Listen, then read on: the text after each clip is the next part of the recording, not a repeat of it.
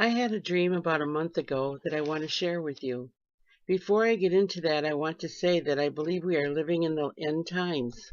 God has told us in Joel 2:28 and 29, "And it shall come to pass afterward that I will pour out my spirit upon all flesh, and your sons and your daughters shall prophesy. Your old men shall dream dreams, your young men shall see visions, and also upon the servants and upon the handmaids in those days will I pour out my spirit." I don't claim to be a prophet, and I have not had a dream like to share before or since this one, but I took away something positive from it, and I hope you will also. I had this dream in early November 2013.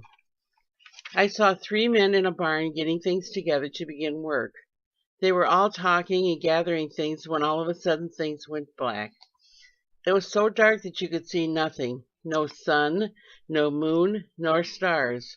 Not even a hand in front of your face. It was overwhelming. Then the first man said something. I don't know what he said, but all of a sudden the scene switched. I was looking at a scene such as a TV or a computer monitor. When the first man spoke, a little square of light showed up on the bottom left of the screen.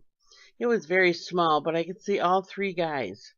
The second man looked terrified, and all three started looking around to see what they could see.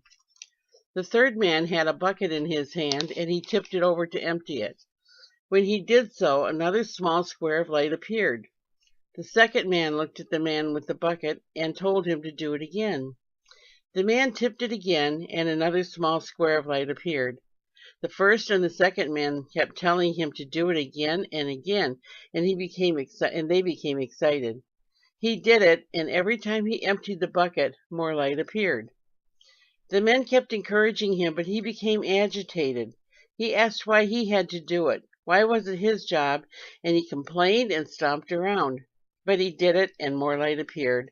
Then the dream ended. This is my interpretation. I believe the darkness may have been real, or it may have been a spiritual darkness that fell upon the earth.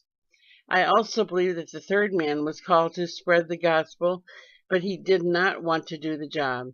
Either he was afraid or felt inadequate or was just resisting the Holy Spirit for some other reason. I believe the other two men were there to encourage the messenger. God has called all of us to spread the gospel, but has not called all of us to be the ones to receive his spoken prophecies and words and visions in the last days that I believe we are in. But encouragement is also a gift. Basically, what I got from this is that Jesus is the light that can dispel the darkness. He has given us the ability to reflect his light, and he expects us to do so. If we just study and pray for the filling of the Spirit and never use it or pour it out to others, what good does it do? It does not glorify the Father. This is where James 2:20 comes in. "But wilt thou know, O vain man, that faith without works is dead?" We need to empty that bucket in order to have room to receive more.